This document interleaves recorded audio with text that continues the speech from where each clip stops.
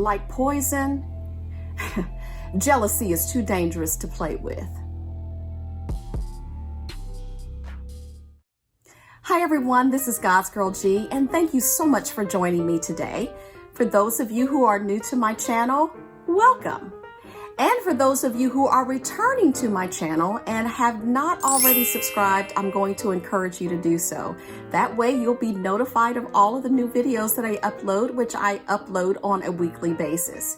And during the course of this video, if you hear something that you like, simply comment below, or you can click the thumbs up icon. That gives me great feedback to let me know whether or not what I am doing and saying on this channel is resonating with you. So let's get into today's discussion. If you've ever had the unfortunate experience of being someone who is the subject of another person's jealousy, then you know just how cruel and mean jealousy can be. So people who exhibit jealousy towards you, you'll soon realize can hate you for no reason at all. We like to call those people haters. And haters are different than critics. Critics can actually help you by offering constructive criticism of your work. We need constructive criticism to get out of our comfort zones. And although the criticism may not always be easy to handle, again, it is there really to help you be better. I have learned to embrace my critics. Now, a hater, let me break down a hater for you. They will use their freedom of speech and privilege to attack you for the wrong reasons or simply no reason at all. It's just the fact that they hate you. So let me give you some bullet points that will better define a critic versus a hater. A critic will attack or point out the specific action or what was specifically said, not the person. A critic will give the person a chance to correct mistakes and give room for improvement. A critic will usually observe before giving criticism. They will also help build an idea and help educate you.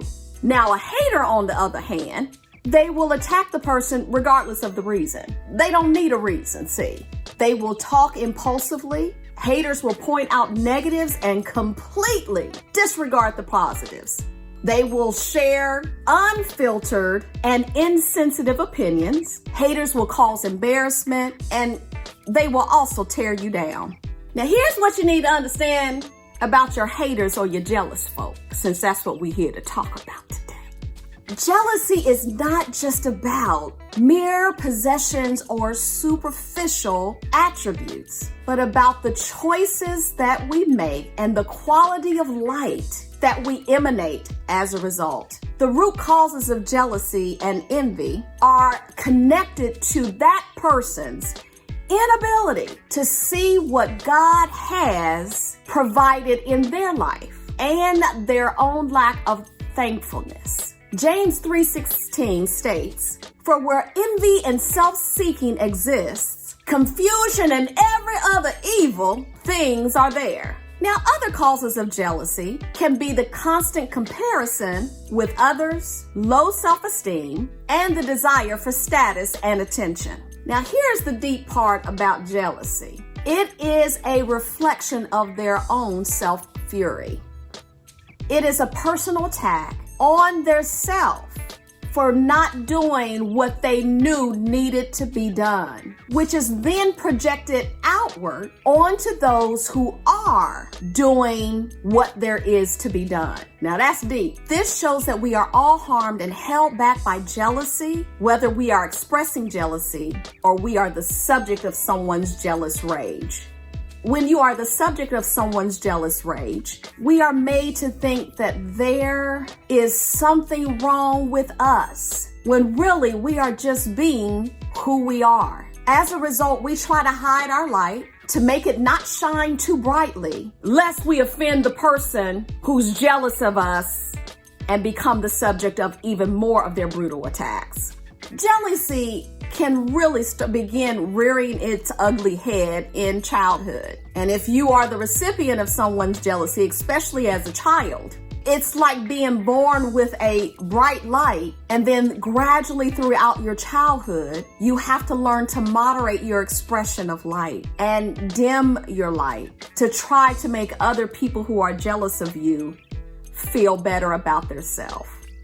In Matthew chapter 5, verses 14 through 16, Jesus compared his followers to light, saying that we are the light of the world, unable to be hidden. What is interesting about light is that light can't be anything other than what it is. Light.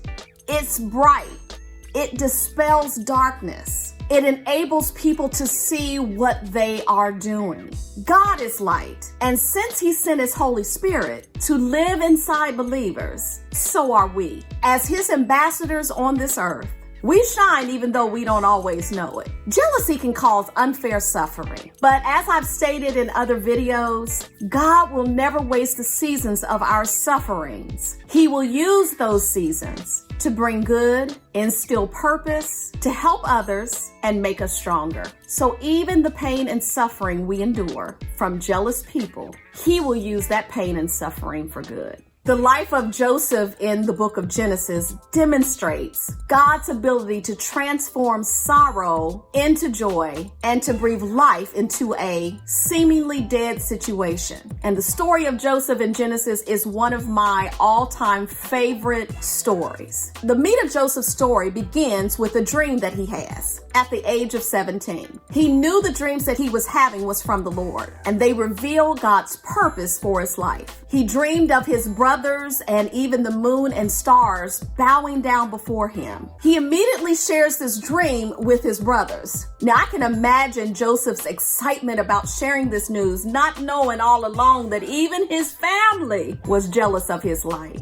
Joseph's bold announcement only served to fuel that jealousy, and that jealousy led to their hatred of Joseph, and they then acted on that hatred by selling him into slavery. Joseph ended up in Egypt, where he was sold to Potiphar, the captain of Pharaoh's guard.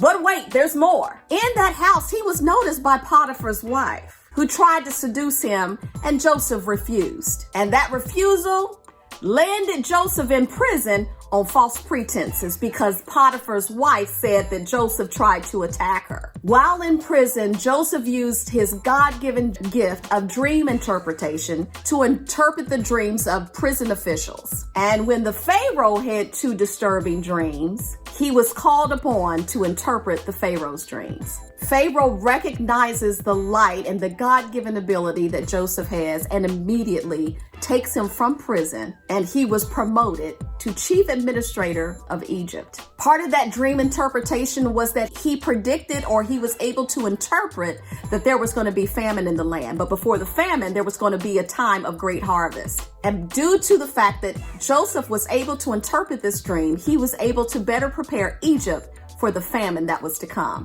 But wait, there's more. Meanwhile, back in Canaan, where his family resided, there was a shortage of food because of the famine. And Joseph's father, Jacob, or Israel, sent his sons to Egypt to get some food because of the famine. Now, make a long story short, Joseph knew that those were his brothers, and Joseph tried to disguise himself, and he even did not even speak the language. He spoke Egyptian to try to hide his identity from his brothers.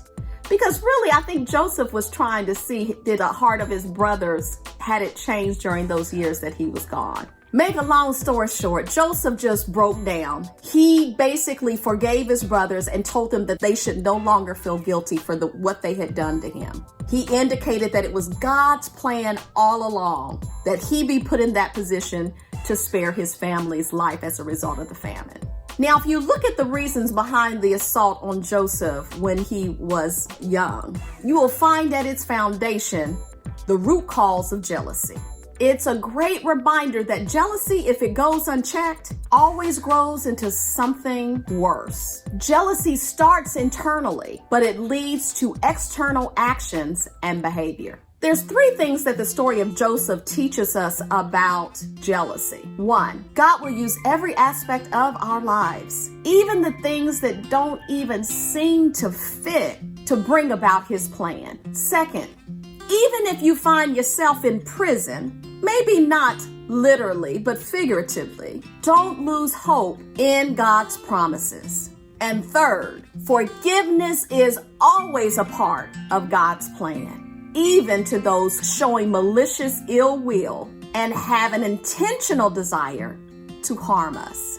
Here's what you need to know if someone is jealous of you. Their jealousy is caused by their own underlying issues, and it's not your fault. Most feelings of jealousy are rooted in feelings of inadequacy. The person will see something in you that makes them feel that they aren't good enough or as good. Now, it could be real or imagined, but the feelings of inadequacy are projected through negative thoughts and actions. Jealousy emerges as a reaction or a solution to those feelings of inadequacy. Instead of dealing with those feelings of inadequacy, the jealousy will turn into little digs and jabs and insults and eventually, if unchecked, full-blown hatred. When you are the subject of jealous people, you can handle these haters by 1. Knowing who you are and knowing who your friends are. 2. Being aware and having a purpose for your life. 3. Remember what you have been given by God and that it's not due to human manipulation. So here's the good news for you. Jesus said in Matthew chapter 5, verse 11, God blesses you when people mock you and persecute you and lie about you and say all sorts of evil against you because you are my followers. When we are obedient to God and are serving Him and people come against us out of hatred and jealousy, God blesses us even more, because the more that they try to hurt me, which in reality is hurting God, the more blessings will come upon me. Not only that, but you don't even have to fight to defend yourself in front of jealous people. God promised that He would go before us and get victory over all my battles. The antidote to jealousy is to see it clearly and to call it what it is. When jealousy is removed, your life will become full of peace versus a life full of pieces. Where God's love dwells, there is no room for jealousy. Now, if you are the one on the receiving end of someone's jealous rage and actions, do not allow it to cause you to shrink or dim your light. What the person is feeling and doing to you is not about you. It's about them. So pray for them and continue to do you. Remember, it is a confirmation that you are in fact living your love and truth and reflecting that to the world. You don't have to dim your light simply because it's shining in their eye. Thank you for joining me today. And don't forget to subscribe, like, and comment. Bye.